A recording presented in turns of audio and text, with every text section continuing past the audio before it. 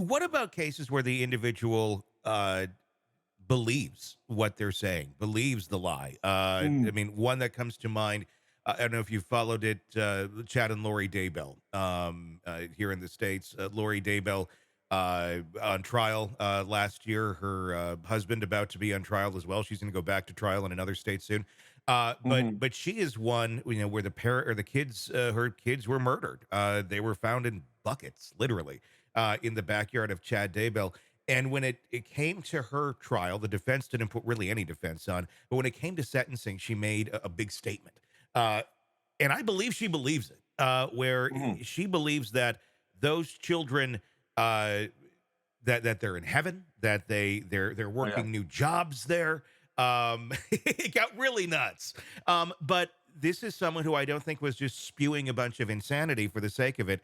I think she really thinks that this is everything that happened, that they were zombies, that they died, that they she didn't kill a person. I think she views that she killed a zombie. Um, Mm. so when you have that element of, okay, this is no longer a person, this is something else. You're being tried for the murder of a human being, but you don't believe you killed a human being.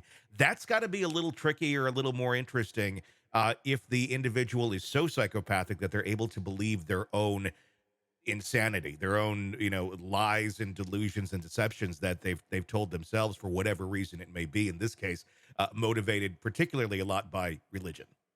Yeah. Look, again, here's the thing. Some person's religion is my idea of insanity. Hmm. So, so Yeah. and we group together as social mammals. We group together under values, beliefs, rituals, customs, goals, concerns, and signals. So let's look at that belief element. Beliefs are things that we know to be true and require no more data around. So if I go to Laurie Daybell and go, look, actually the universe doesn't function in the way that you're suggesting it functions, and therefore you have murdered somebody. She she knows it to be true Hmm. that that isn't accurate, and she requires no more data.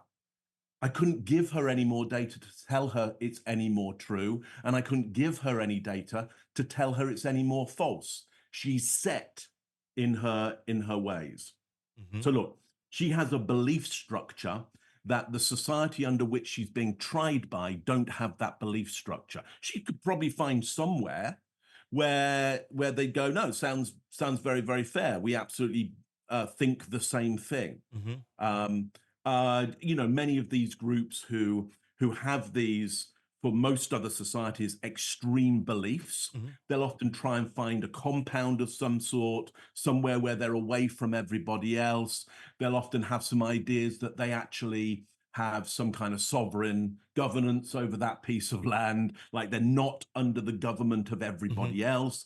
They're under a government of some universal ruler that can't be seen, can't be contacted in any other way than going through one individual who's usually the leader of that group. Hmm. So that means that you're isolating everybody from information that might go against the belief system. Hmm. So listen, very, very hard to get through to somebody like that because your chances of changing their beliefs are very, very low. Hmm. What often has to happen is they're compartmentalized within the group, the society they've been tried in, i.e., they get put in a little box with Yeah. a door on it and some chains. And society says, look, you're really not allowed to come out. Yeah. Uh, because you're going to keep on doing this stuff because of your beliefs. Hmm. Is that true? Quite often, where people who have such extreme beliefs, uh, there's no changing them. I mean, there would have to be some sort of monumental shift that would happen to them. It's not anybody with, the it's common sense, or living in reality that is going to bring any fact to them that's going to make that change. I mean, do people like that ever change, or what does it take for someone like that to? Yeah. Okay. So you can change people's beliefs. It takes a long time, or it takes like as you say, a monumental shift around the environment that they are within. Hmm. Um, so, think about some beliefs that you might have, or anybody listening might have. And again, beliefs are things you know to be true and require no more data around. If I came to you with an academic document that says the world doesn't work like that, that's not true, yeah, would you even read it? Hmm. Chances are you'd go, no, Mike, I'm not even. And I'd say, but it's from Harvard. It's from Harvard. And you'd go, well, what do they know? You would see off my expertise. Hmm. Okay. Now, if I can pull the ground from underneath you, if I can make the land that you're on so unstable that the world isn't functioning in the same way, you'll probably have to start to change your beliefs in some way in order to survive. So, you know, if you can affect somebody's Maslow's hierarchy of needs, which is if you can affect the way they're getting the oxygen, first of all, the water, the food, things like sleep, everything that you need to survive, people, Hmm. who they have relationships with, if you can change those things, they will change their beliefs in order to survive. So essentially, it comes down to survival. At some point, it's not. Yeah, it's like you have no choice. I got to go to. But are they? If you are going down that far, are they truly believing anything different, or are they just doing what they need to survive, kind of going through the motions? Well, beliefs are there for survival. Okay. You hold the same beliefs as the social group who you're most reliant on. Hmm. And so, if not some other social group believes something different, and those beliefs are in conflict, you're most likely to go. If they come into your territory, you will most likely go into conflict with them. You'll Hmm. have a war Sure. with with them because their beliefs on what they need to do to survive.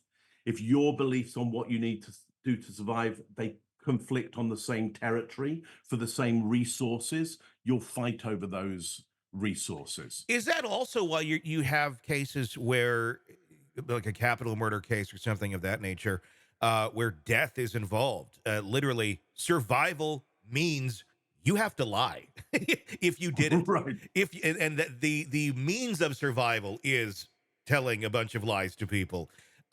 Does that increase the I guess the accuracy as to which they present themselves when it comes down to you're charged with this, you know you did it, but if I don't want to die at the hands of the state, I have to convince them that I didn't do this. Yeah, look, we all have to be very, very good at lying. Okay. And Tony, here you are. You look very successful to me. Here you are. I'm on a podcast with you. You look very successful. So my guess is you have a strong ability to lie. Because otherwise, how would you get on with everybody around you if you weren't able to deliver the right level of inaccuracy in certain situations Hmm. in order for you to function and for society to uh, to to to function. Hmm. So look, ultimately, think about this: the people that you love most. Um, do you want them to be good enough liars so that they could save their own life in a situation? They could lie in a way that would mean somebody who could do them harm Hmm. would not do them harm because they convinced them of something that wasn't true. Would that Hmm. be fair? You'd Sure. like them to be able to do that? Yeah. Absolutely, absolutely. And do you think they'd be able to do that? Do you think they'd be able to save their life Some. with that? Yeah, yeah, Yeah. exactly. So some that you can rely on are good enough liars to save their own life in a crisis. Hmm. Well, somebody somebody in court, or being questioned by the police, who knows there is massive risk there, life-threatening risk for them, and they've committed a crime, they may well be a good enough liar to get a certain way Hmm. because there is something valuable enough, their own life Hmm. at stake. And so and so they're just as able to do that as you hope the people that you love Hmm. are able Yeah. to do that. Hey, it's Tony Brueski. If you like the podcast, be sure to like, subscribe, and press that bell so you don't miss any of our updates on the cases we're following for you right here at the Hidden Killers podcast from True Crime Today. And thanks